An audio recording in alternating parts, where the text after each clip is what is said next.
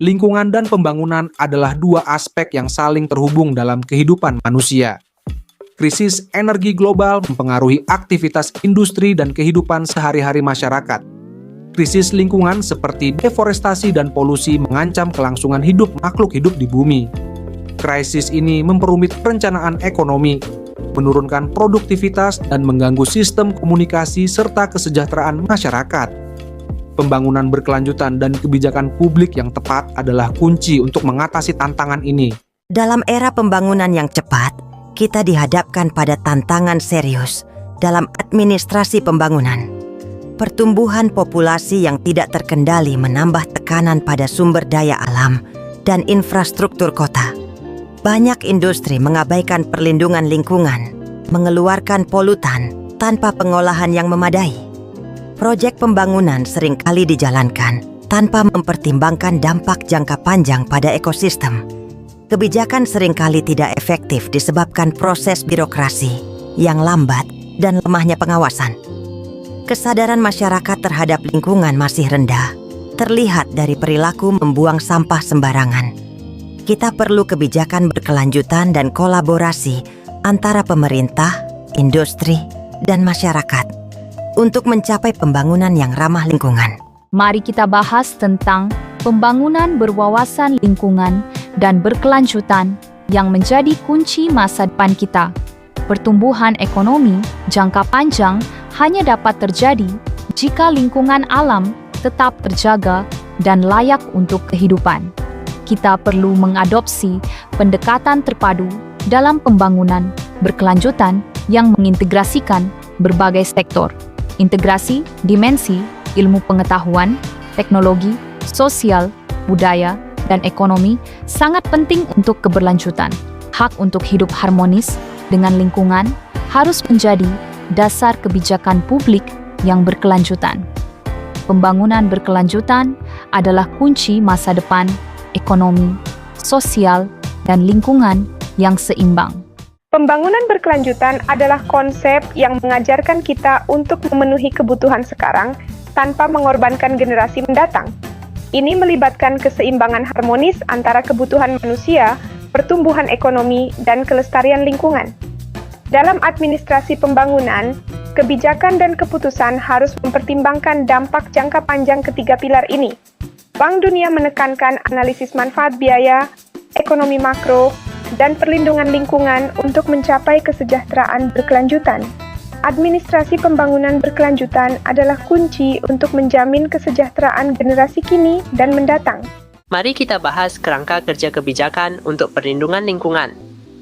Tujuan utama kerangka kerja ini adalah membawa isu lingkungan ke arus utama pemikiran politik, mengintegrasikan pertimbangan lingkungan dalam proses perumusan kebijakan publik, diterapkan dalam pengambilan keputusan pembangunan dan perencanaan ekonomi nasional.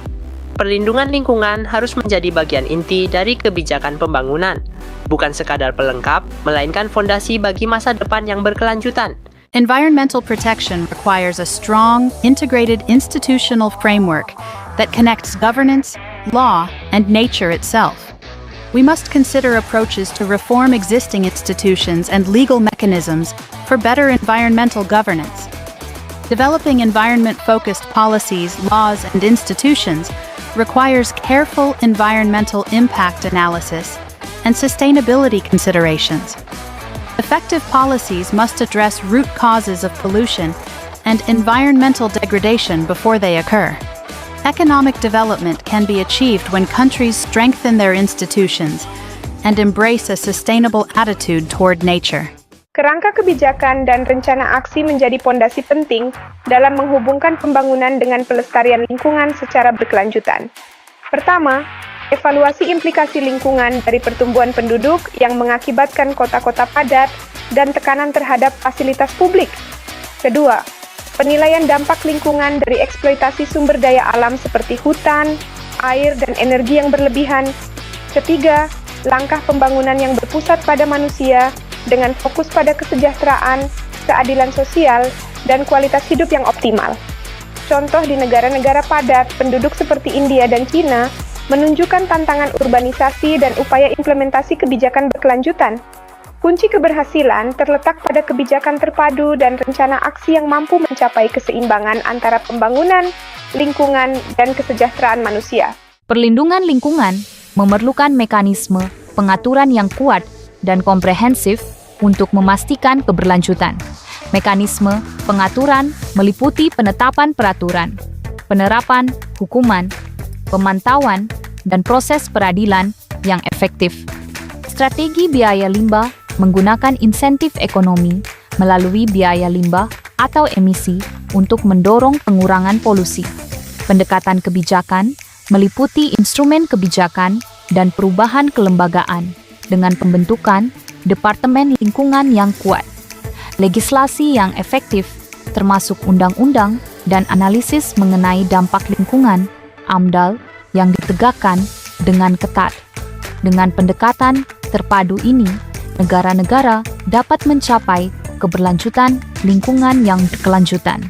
Dalam pengembangan kebijakan lingkungan, alat strategis dan mekanisme kelembagaan berperan penting untuk mencapai keberlanjutan. Pengendalian polusi terpadu mengintegrasikan pengendalian emisi dari berbagai sumber untuk efisiensi maksimal. Partisipasi masyarakat dalam pengambilan keputusan memastikan kebijakan lebih inklusif dan berkeadilan.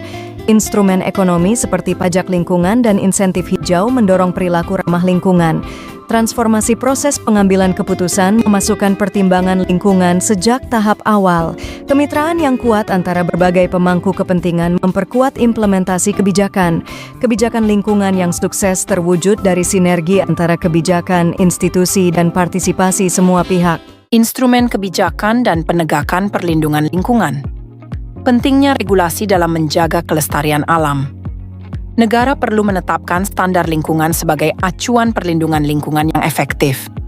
Standar meliputi kualitas air, kualitas udara, emisi limbah industri, kebisingan, dan aspek lingkungan lainnya.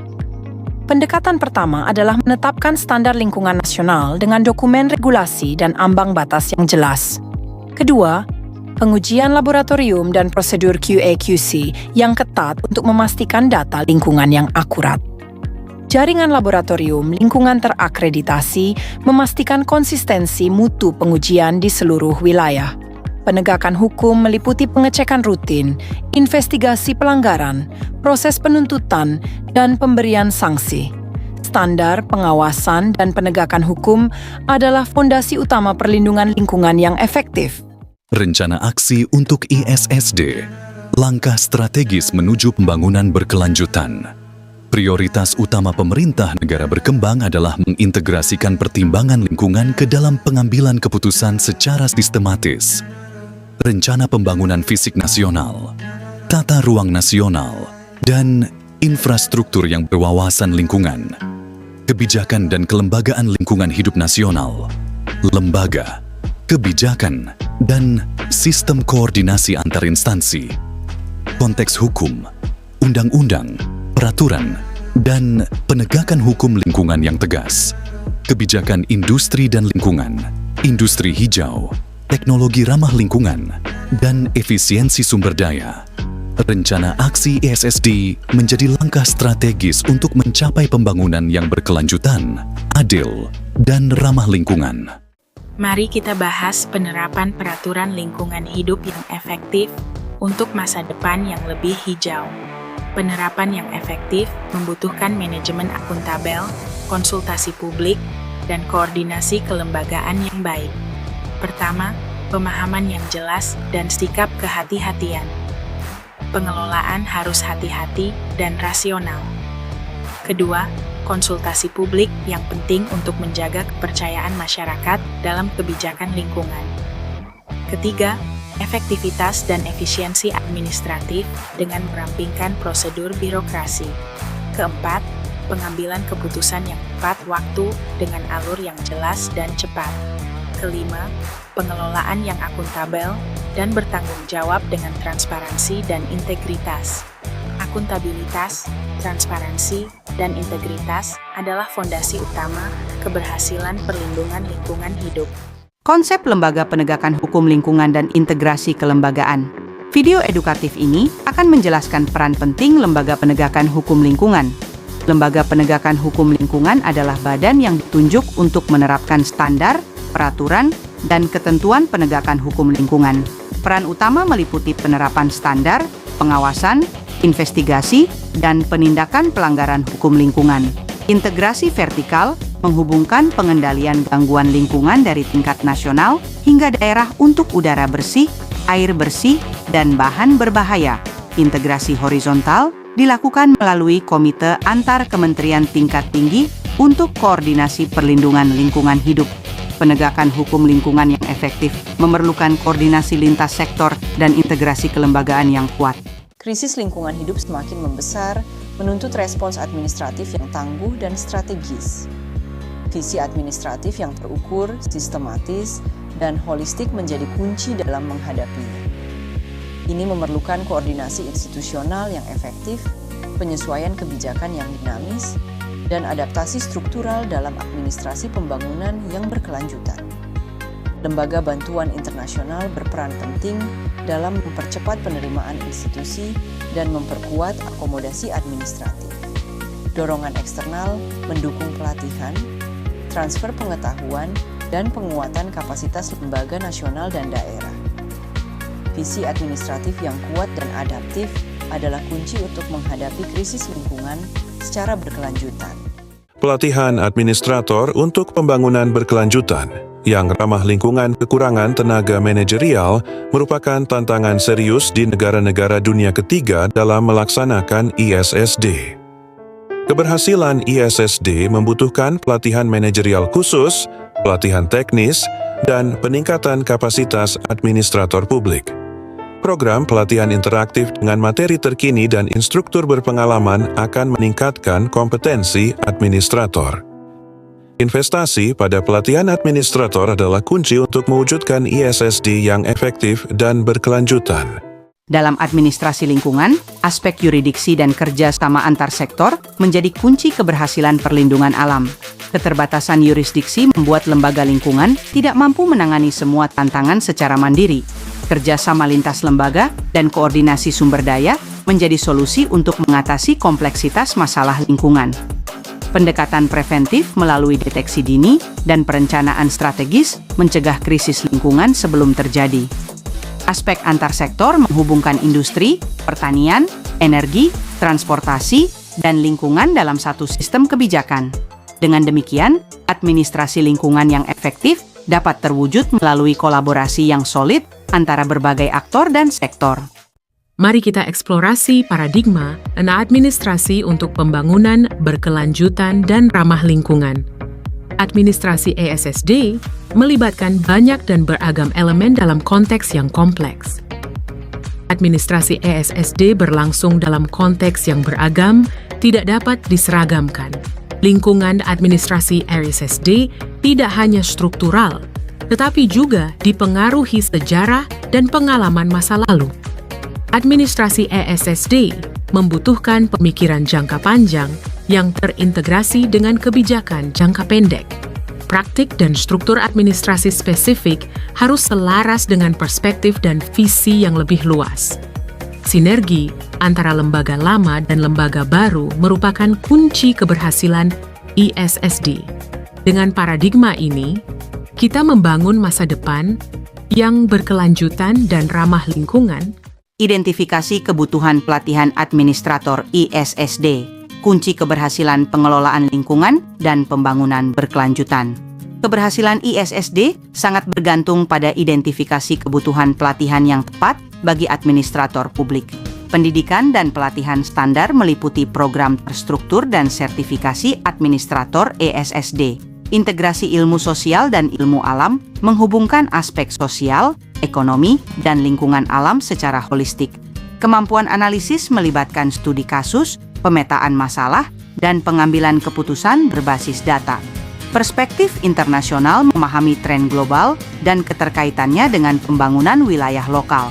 Administrator ISSD yang kompeten harus memiliki wawasan multidisipliner, kemampuan analitis, dan perspektif global untuk mendukung pembangunan berkelanjutan. Bahan-bahan yang diperlukan untuk administrasi lingkungan yang efektif. 1. Kementerian Lingkungan Hidup yang digerakkan secara ilmiah dan teknis melalui data ilmiah dan pengambilan keputusan berbasis bukti. 2. Pegawai kementerian yang profesional dan berpengalaman dengan pelatihan dan pengalaman lapangan yang memadai. 3. Pembuatan peraturan lingkungan berbasis konsultasi dengan industri untuk regulasi yang realistis dan efektif. 4. Badan koordinasi kebijakan tingkat tinggi untuk menjamin perdamaian yurisdiksi lintas sektor. 5. Kebijakan dan program pemantauan kepatuhan terhadap penilaian lingkungan AMDAL. Laboratorium lingkungan pusat dengan sistem QA/QC untuk pengujian kualitas air, udara, dan tanah. Nota kesepakatan antar lembaga terkait konstruksi, operasi, dan pembiayaan proyek lingkungan. 8. Program penelitian bersama pemerintah dan industri untuk inovasi teknologi pengendalian polusi. 9. Kebijakan penegakan hukum dan penuntutan kejahatan lingkungan dengan investigasi dan sanksi yang tegas. 10. Pembentukan pengadilan lingkungan independen yang objektif dan kredibel untuk keadilan lingkungan. Dengan semua komponen ini, kita dapat membangun administrasi lingkungan yang efektif dan berkelanjutan. Di Pulau Kalimantan, hutan tropis yang kaya hayati, Zheng Mian Linje Juda de Weixie. Pembukaan lahan untuk pertanian, perkebunan kelapa sawit, dan penambangan menyebabkan deforestasi signifikan. Ini adalah tantangan besar bagi pembangunan berkelanjutan di Indonesia. Hilangnya hutan tropis akibat pembukaan lahan menjadi perkebunan kelapa sawit. Emisi karbon meningkat, menyebabkan perubahan iklim dan suhu bumi yang naik. Keanekaragaman hayati terancam, banyak spesies menghadapi risiko punah. Masyarakat adat kehilangan akses ke hutan dan sumber daya alam yang menjadi kehidupan mereka. Mari kita jaga keseimbangan antara pembangunan dan kelestarian lingkungan untuk masa depan Indonesia. Di balik isu lingkungan global yang serius, negara dunia ketiga memiliki perspektif yang berbeda. Mari kita pahami sudut pandang mereka. Negara maju harus berkontribusi dana permanen untuk pemulihan lingkungan berdasarkan prinsip pencemar membayar. Kritik terhadap imperialisme hijau meningkat karena tekanan kebijakan lingkungan seringkali tidak adil bagi negara berkembang. Konsumsi berlebihan di negara maju adalah penyebab utama krisis lingkungan, jauh lebih besar dibandingkan negara berkembang. Pengentasan kemiskinan adalah prioritas utama di negara dunia ketiga sebelum fokus penuh pada masalah lingkungan. Perbedaan persepsi dalam dialog global seringkali menghambat solusi bersama yang adil dan berkeadilan. Perlunya badan pemantauan internasional yang kuat untuk menegakkan hukum lingkungan secara adil dan konsisten. Kita perlu memahami perspektif dunia ketiga untuk menciptakan solusi lingkungan yang berkeadilan dan berkelanjutan. Mari kita bahas penerapan teori pembangunan berkelanjutan dalam kasus deforestasi di Kalimantan. Menurut WCED 1917, pembangunan berkelanjutan adalah memenuhi kebutuhan sekarang tanpa mengorbankan generasi mendatang. Prinsip pertama, keseimbangan antara pertumbuhan ekonomi dan kelestarian lingkungan. Prinsip kedua, partisipasi aktif masyarakat lokal dan adat dalam pengelolaan hutan. Prinsip ketiga, pendekatan holistik yang mengintegrasikan semua aspek terkait. Teori ini memberikan kerangka analitis untuk kebijakan berkelanjutan yang berpihak pada generasi mendatang. Solusi pembangunan berkelanjutan untuk mengatasi deforestasi di Kalimantan. Solusi deforestasi harus berdasarkan teori pembangunan berkelanjutan yang mengutamakan keseimbangan ekonomi, lingkungan, dan sosial. Pertama, pengembangan kebijakan terpadu yang mengintegrasikan perlindungan hutan dengan pembangunan ekonomi.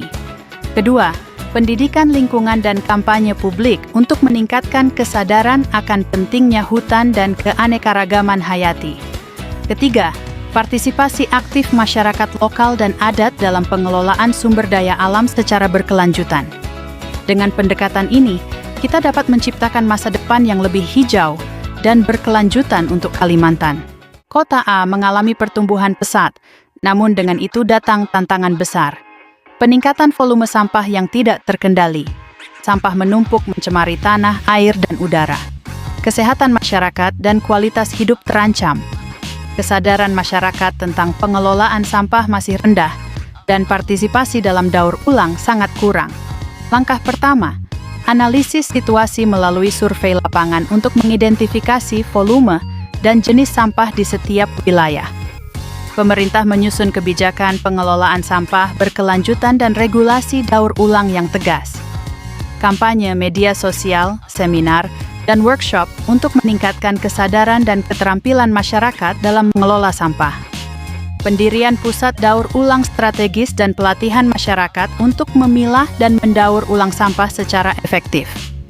Sistem pemantauan kinerja dan evaluasi berkala untuk memastikan program berjalan sesuai target. Pengelolaan sampah berkelanjutan hanya bisa tercapai dengan kebijakan tepat, edukasi masyarakat, dan partisipasi bersama kita semua. Pembangunan berkelanjutan bukan sekadar kata, tapi perjalanan transformasi yang membentuk masa depan kita. Dari kemiskinan hingga ketidakadilan sosial, tantangan besar menghadang kita semua. Perubahan iklim dan kerusakan lingkungan mengingatkan kita akan pentingnya pelestarian alam.